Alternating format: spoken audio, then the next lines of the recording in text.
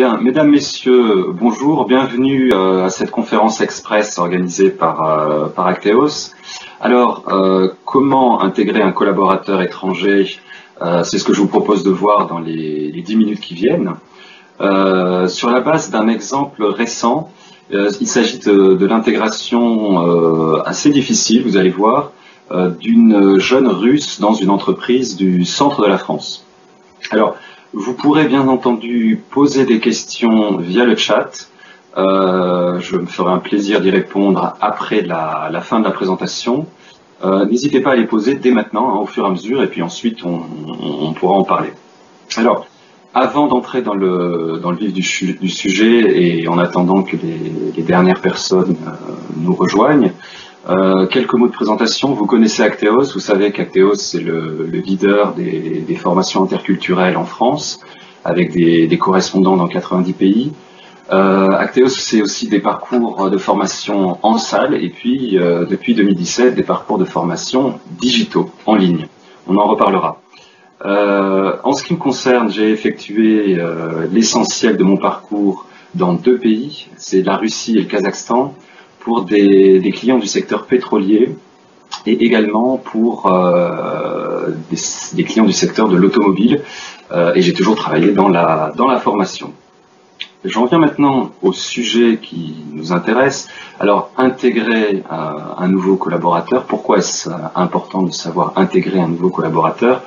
Eh bien, ça va de soi quand on parle d'un collaborateur étranger qui vient de loin. En cas d'échec, c'est l'interruption prématurée de la mission, le retour dans le pays avec tous les coûts humains et financiers que ça implique. Et puis, sans aller jusque-là, ça peut avoir un impact important sur la motivation du collaborateur à poursuivre sa mission. Alors, quand on regarde sur Internet, on s'aperçoit qu'il y a pas mal de choses qui sont dites sur l'intégration d'un nouveau collaborateur. Grosso modo, on peut dire qu'il y a 2 erreurs à ne pas faire. La première erreur, c'est ce qu'on appellera l'intégration à la Rambo, dans laquelle rien n'est prêt, le collaborateur doit s'imposer, doit survivre. S'il réussit, eh bien, c'est un bon. En revanche, s'il ne réussit pas, la motivation risque d'en prendre un sérieux coup. L'autre façon de procéder, c'est l'intégration cocooning, dans laquelle le collaborateur est pris par la main de A à Z. Alors, bien sûr, il ne risque pas de trébucher. En revanche, eh bien, il risque de prendre l'habitude d'attendre, de penser que tout lui est dû et de ne pas prendre d'initiative, ce qui peut être aussi ennuyeux pour lui.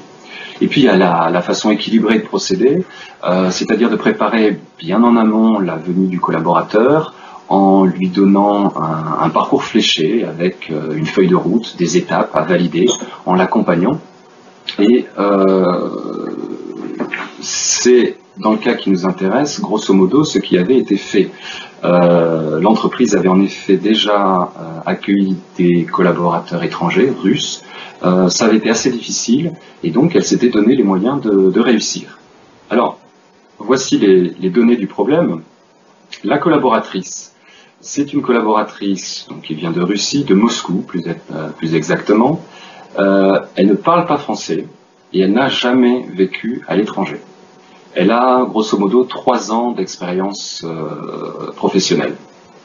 L'entreprise, quant à elle, c'est une ETI qui est dans le centre de la France. C'est un milieu très masculin et dans lequel il n'y a pas beaucoup d'étrangers. Le dispositif qui a été mis en place, vous allez voir, il est assez complet, assez classique.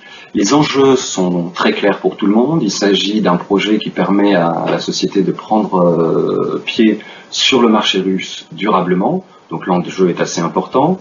La DRH qui est arrivée depuis 1 an pilote en direct l'intégration de la nouvelle recrue et sur les aspects administratifs aussi bien que professionnels ou logistiques. Il y a un tuteur qui a été nommé, qui est russophone dans l'équipe. Il y a également un professeur de français et puis, en tout cas c'est ce que j'ai pu constater lors de mon passage dans l'entreprise, la communication sur la présence de la jeune russe a été bien faite et il y a une bienveillance vis-à-vis de cette personne. Les gens s'arrêtent, lui disent bonjour, parlent avec elle pendant un instant. Donc, elle n'est pas en terrain inconnu. Alors vous allez me dire, a priori tout se présente bien et tout pourrait être pour le mieux dans le meilleur des mondes. Malheureusement, c'est un petit peu plus compliqué que ça. Pour vous dire le degré de gravité, l'employeur, lorsqu'il a appelé Acteos, a explicitement indiqué que si ça ne s'améliorait pas, il envisageait la fin de la mission et de ne pas prolonger donc la période d'essai. Alors, qu'est-ce qui coince? Quels sont les comportements qui sont en cause du point de vue de l'entreprise? Première chose qui m'a été dite, cette personne-là ne fait aucun effort.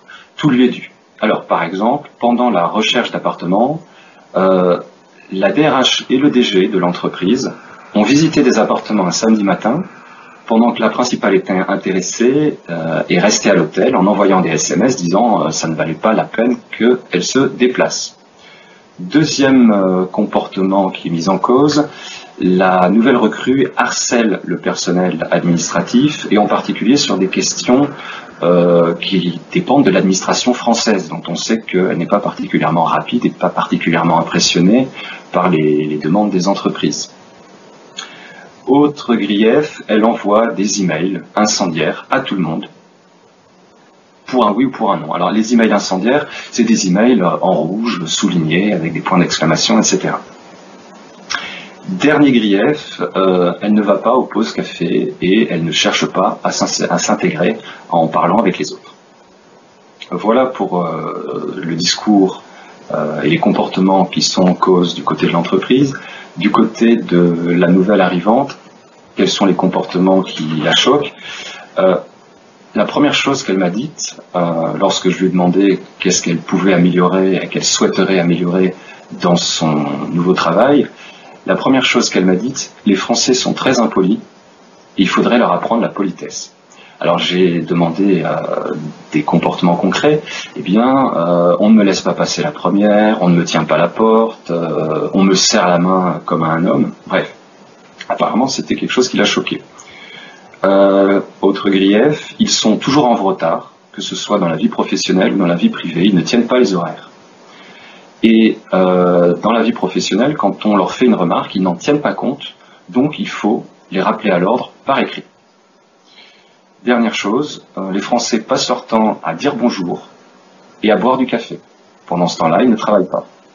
Alors, vous l'avez certainement compris, ce qui frappe, ce qui est intéressant, c'est qu'on s'aperçoit qu'un même comportement fait l'objet de deux interprétations différentes. Si on reprend le fait de ne pas tenir la porte aux dames, côté russe, c'est perçu comme de l'impolitesse, côté français, c'est interprété comme une sorte d'arrogance, tout lui est dû. Bon. Le fait d'être en retard, côté russe, c'est perçu comme du désintérêt, comme de l'irresponsabilité, alors que côté français, on me dit elle est complètement rigide et elle ne laisse pas passer une seule erreur, un seul retard de la part de ses collègues. En ce qui concerne les emails soulignés en rouge, etc., côté russe, c'est de la pédagogie, il faut laisser une trace, il faut tirer les leçons de ces erreurs, il faut avancer. Côté français, c'est de l'agressivité. Enfin, dernière chose, et probablement le plus intéressant, la pause café. Alors les Français disent qu'elle manque de curiosité, qu'elle ne veut pas s'intégrer. Côté russe, c'est une perte de temps. On est là pour travailler, pas pour boire le café. Allons un pas plus loin. On s'aperçoit que chaque partie interprète ses comportements en fonction de son filtre culturel. Le filtre culturel pour les Français, c'est que cette jeune femme n'a pas d'expérience internationale et il est très dommage qu'elle ne profite pas de son expatriation pour découvrir une nouvelle culture. Quand j'ai parlé de ça à la principale intéressée, elle m'a dit « mais je ne comprends pas du tout. Depuis le début de ma carrière, je travaille dans des entreprises internationales, en l'occurrence Nissan-Renault. Il y a donc des Japonais, des Américains, des Français. Et c'est maintenant que je me retrouve dans une entreprise franco-française où il n'y a pas d'étrangers. Même chose, Le filtre français dit, elle vient d'un pays, la Russie, où le management est très directif. Et donc, elle doit subir ses chefs. Chez nous, elle va s'épanouir parce qu'on est dans un management beaucoup plus équilibré. Le discours de la principale intéressée, c'est « j'ai appris à être efficace, j'ai conscience que mon expatriation, c'est un enjeu pour l'entreprise comme pour moi. Par conséquent, je ne suis pas là pour socialiser, je suis là pour être efficace, avoir des résultats. C'est la performance qui m'intéresse. » Dernière chose, et c'est pas la moins intéressante, les Français me disent au moins, elle devrait venant de Russie, elle devrait apprécier la qualité de vie, le cadre de vie, dans un pays où il fait bon vivre, dans une région agréable. La réponse de la Russe, c'est « j'ai toujours habité à Moscou, c'est une grande capitale mondiale, il y a tout, ici il n'y a rien du tout et ça ne m'intéresse pas ». Alors, voilà dans les filtres, les comportements, je viens de le dire, sont interprétés par chaque partie à travers des filtres, et si on va un pas plus loin, si on creuse un pas plus loin, on s'aperçoit que derrière ces filtres, il y a des valeurs. Pour la jeune Russe, tous les griefs concernant l'impolitesse, le manque de galanterie, c'est un problème parce qu'on ne reconnaît pas sa féminité. En Russie, on ne serre pas la main des dames, on leur tient la porte, on les aide à porter une charge qui est lourde, et puis, je ne sais pas si je l'ai déjà mentionné, il y avait aussi le fait que certaines personnes l'appellent madame et non pas mademoiselle. Ça l'a choqué. Bon, dans l'environnement de l'entreprise qui l'accueille, on l'a dit, c'est un environnement très masculin, et ce qui est important, c'est l'égalité homme-femme. Donc on a tendance à avoir le même comportement pour tout le monde. L'autre valeur aussi, les deux valeurs qui entrent en conflit, c'est dans cette entreprise, la convivialité, c'est important. De l'autre côté, pour elle, la performance, c'est beaucoup plus important que la convivialité. Et puis dernière chose, dans l'entreprise, les relations humaines priment sur les procédures. Il faut savoir faire passer un message tout en préservant la relation. Préserver la relation, c'est essentiel. Pour la jeune Russe, ce qui est essentiel, c'est de faire passer un message pour en tirer les leçons. Et c'est pour ça qu'elle envoie des messages écrits à tout le monde. Elle préfère ça à une explication qui peut, orale, qui peut déboucher sur une prise de bec. Donc, on le voit à travers ces exemples, les comportements des uns et des autres sont interprétés à travers le filtre de nos valeurs. L'égalité des sexes côté français, la convivialité, l'humain côté employeur, et puis côté employé, la reconnaissance de la féminité et puis la performance. Alors, quelle conclusion peut-on tirer de ça? Comment faire finalement pour intégrer un collaborateur étranger? Eh bien, vous l'aurez certainement compris, j'ai recueilli toutes ces informations en écoutant. Et écouter, bien sûr, ça prend du temps, mais dans ce cas-là, c'est primordial, parce que le dispositif qui a été mis en place est un dispositif optimal. Il ne faut pas le changer avec un tuteur, une DRH qui est à disposition, des enjeux qui sont bien clairs, des objectifs qui sont bien clairs. Mais ce qu'on pourrait améliorer, c'est probablement l'écoute. Et ce que j'aurais proposé, c'est de faire l'exercice suivant. Bien sûr, des rendez-vous où on va pratiquer l'écoute active. C'est-à-dire, on va préparer des questions précises sur les expériences précédentes de la nouvelle recrue, ses points forts, et puis ce qu'elle comprend de ce qui se passe autour d'elle.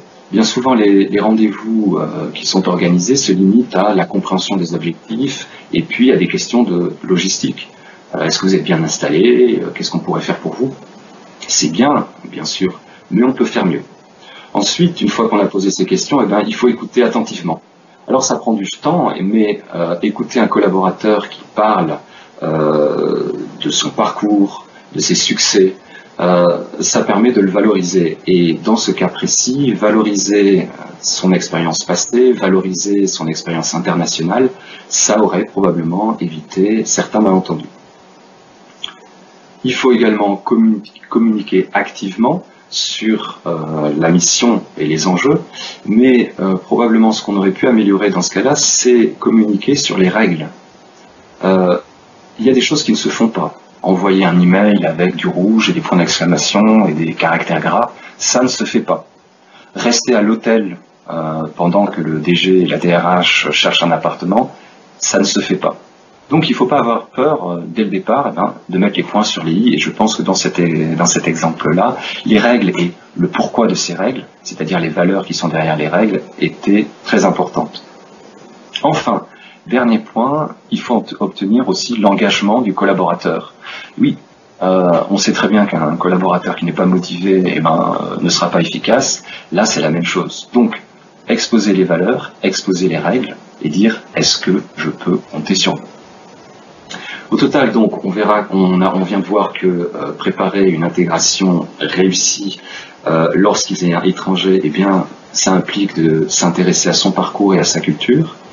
Ça prend du temps, mais c'est une condition de la réussite de l'intégration.